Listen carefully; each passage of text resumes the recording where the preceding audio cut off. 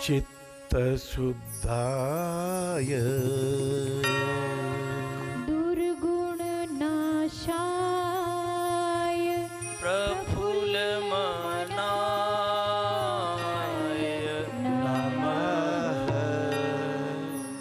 माता बहनों, जिनके चित्त में शुद्धता, चित्त शुद्धता का अर्थ है मन के भाव अच्छे, षड्यंत्र ना हो, कुटिलता ना हो, चोरी की आदत ना हो, झूठ ना बोलें।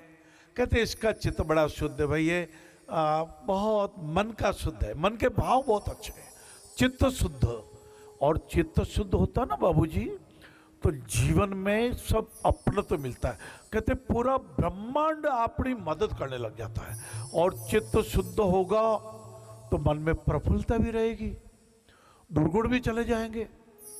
चित्त शुद्धि के उपाय में है कि सुख में उदारता आवे।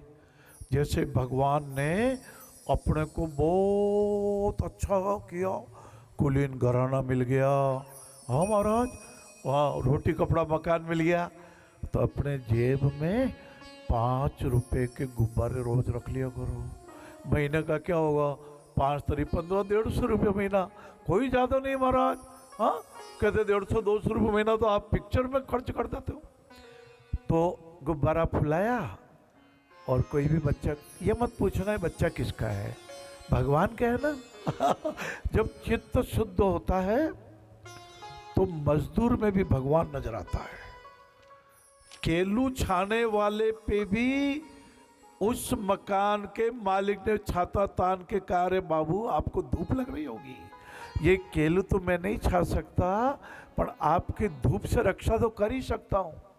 ऐसे गुब्बारा फुला के आप दोहराना, किसी गरीब बच्चे के, किसी गरीब बच्चे के चेहरे पर मुस्कुराहट लाना, चेहरे पर मुस्कुराहट लाना, गुलाब के फूल की तरह, गुलाब के फूल की तरह सुगंधित होती है, सुगंधित होती है। और जब ऐसा आप करेंगे ना बाबूड़ा, तो ये हमारे देह देवालय का पाचन तंत्र, ये अम्बाला में बहुत मिलता है, 1000-2000 रुपए में मर्जी हो जितना खरीद लो, क्योंकि ये नकली है। और भगवान ने हमारा पाचन तंत्र देव देवालय का असली बनाया।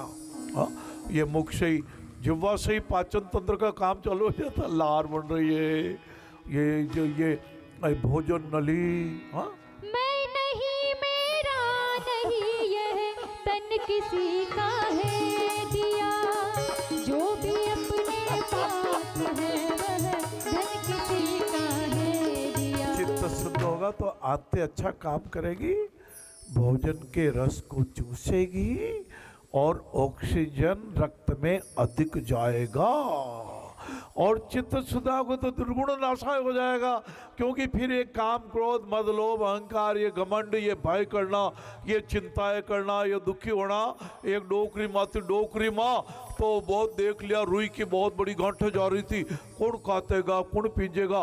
डोकरी माँ को चिंता लगा, अरे जगत का इतना बड़े काम ये तो ठाकुर जी संभालते हैं बेटा, तो डोकरी माँ कौन काटेगा कौन पींजेगा, बेकार की चिंता है। वो कहते हकीम जी दुबले क्यों, कि घर बीमार, तो अरे भाई हकीम जी आप हैं, डॉक्टर साहब आप हैं, वैद्य साहब आप हैं, उपचार कीजिए, हाँ मन को प्रफुल्ल रखिए।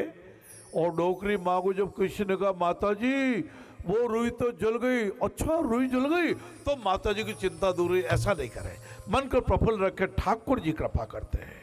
देखो बाबूजी, मैंने तो यहाँ पढ़ा भी, परसों ही स्वाध्याय करा था, परमहंस योगानंद जी महाराज की क्लास में कोई हुआ, और एक शिष्य को लगा कि 15 दिन में मेरी तो मृत्यु हो जाएगी।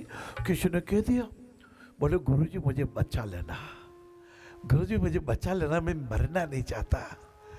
गुरुजी ने उसको गले से लगा लिया, अपने हेडमास्टर साहब को बुला के कहा 15 दिन तक इसको आश्रम से बाहर मत जाने देना। आश्रम के चारों तरफ उन्होंने लक्ष्मण रेखा खींच दी। आया ना साकेत में मैथिली शरण जी, गुप्ता जी हमारे राष्ट्र कवि जी ने साकेत में लिखा कि जब मारीच ने ऐसा छल किया और हे लक्ष्मण हे सीते, और सीता जी को लगा कि मेरे पतिदेव को कहीं आपत्ति आ गई, तो लक्ष्मण तुम कायर क्यों बने हो और तुम घर बैठो मैं जाऊं, जो यूं मुझे पुकार रहा है किसी काम उनके आऊं। और सीता जी ने जब लक्ष्मण जी को बहुत कड़वी बातें कही, आप साकेत पढ़िएगा, तो लक्ष्मण ने एक रेखा खींच दी थी लक्ष्मण जी ने, रहना इस रेखा के भीतर न जाने अब क्या होगा, मेरा कुछ वश नहीं कर्म फल, कहाँ न कब किसने भोगा, कहाँ न कब